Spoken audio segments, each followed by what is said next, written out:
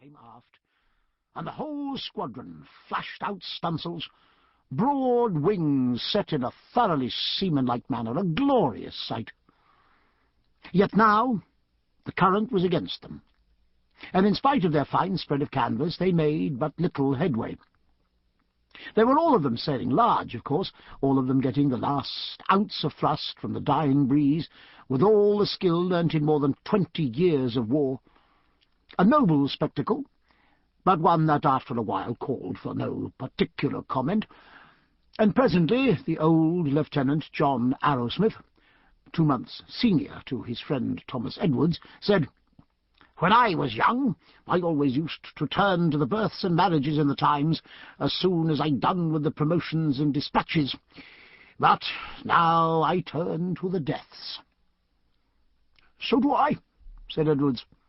"And with this last batch that came with the packet, I found several names I knew. The first was Admiral Stranraer, Admiral Lord Stranraer, Captain Coop, that was." "Oh, indeed."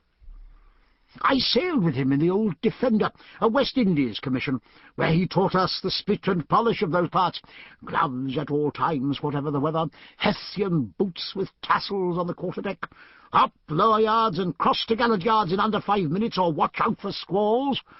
No reply allowed to any rebuke. If it were not that he's dead, I could tell you many a tale about him in Kingston. Indeed, he was not a well-liked man at all, at all.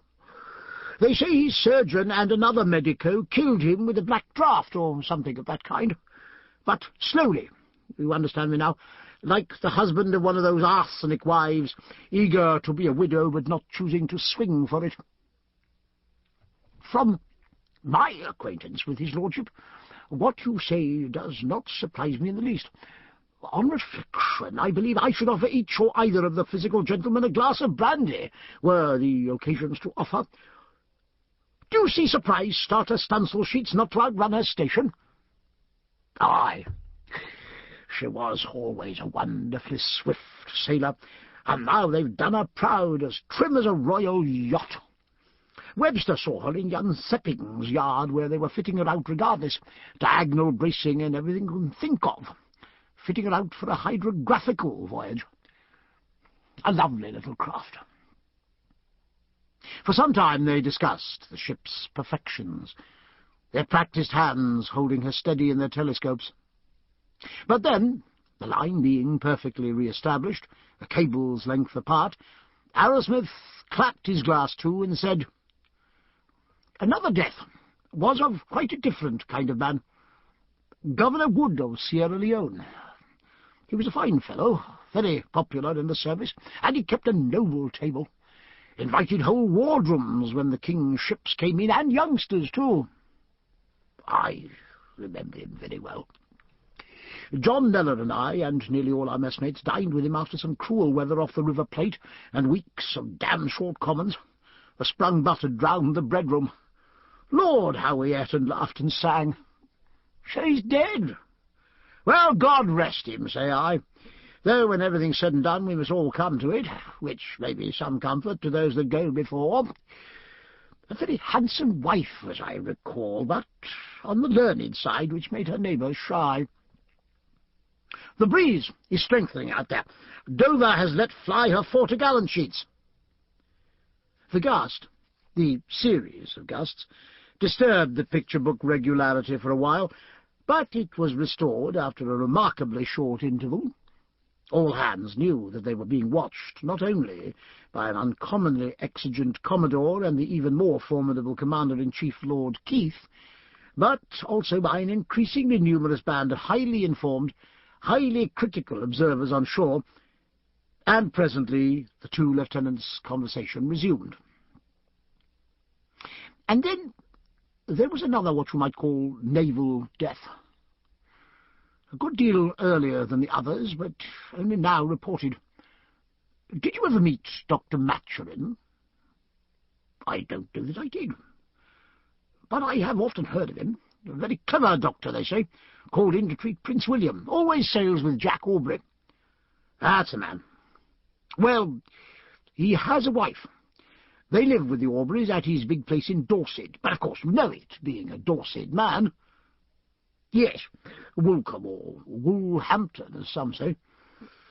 It's rather far for us, and we don't visit, but I have been to one or two of the Blackstones meets there, and we used to see Mrs. Aubrey and Mrs. Maturin at the Dorchester Assembly. Mrs. Maturin breeds Arabs, a very good horsewoman, and an uncommon fine whip. Well, yes, so they said. But do you know a place called Maiden Oscott? Only too well, with its damned awkward bridge. The report gives no details, but it seems she pitched over. The whole shooting match, coach, horses and all, pitched over right down into the river, and only the groom was brought out alive. "Oh, my God!" cried Edwards. And after a pause, "My wife disliked her, but she was a very beautiful woman. Some people said she was a demi-rep. She had some astonishing jewels. There was some talk of Colonel Cholmondeley, and it is said the marriage was not a happy one. But she's dead, God rest her. I say no more. Yet I doubt I ever see her like again." They both reflected, gazing out over the brilliant sea with half-closed eyes as the squadron drew inshore and the watching crowd increased. And Edward said, "When you come to think of it, on looking about our shipmates and relations, can you think of any marriage that could be called a happy one after the first flush? There's something to be said for a bachelor's existence, you know. Turn in whenever you like, read in bed. Offhand, I cannot think of many. Poor Wood in Sierra Leone, for example. They entertained without a pause, so as not to have to sit down at table alone. It's said that Wood... But he's dead. No, I cannot think of many without some discord or contention. But, unless it's very obvious, who can tell just where the balance lies? After all, as a philosopher said, though matrimony has its pains, celibacy can have no pleasure.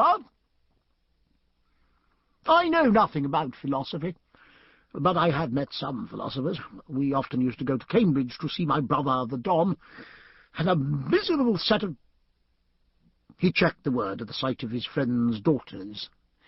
The elder, charming, though rather shabby, pushing through the crowd towards them, and went on in a disapproving tone, "Though you always were a bookish fellow, even in Britannia's cockpit."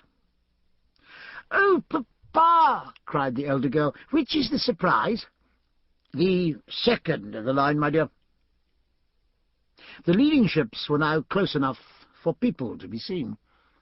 Blue coats and red on the quarterdeck, white-trousered seamen taking in topsails and courses, together with jib and staysails, but scarcely to be distinguished. The young lady gently took her father's telescope and trained it on the Surprise. "Is that the famous Captain Aubrey?" she asked. "Why, he's short, fat, and red-faced. I am disappointed." "No, booby," said her father. "The Commodore is where a Commodore ought to be, aboard the pennant ship, of course. Pomone. Come, child, don't you see the broad pennant, eh?" "Oh, yes, sir, I see it," she replied, trailing her glass on Pomone's quarterdeck. "Pray, who is the very tall, fair-haired man, wearing a rear admiral's uniform and holding his hat under his arm?" "Why, Lizzie, that's your famous Jack Aubrey.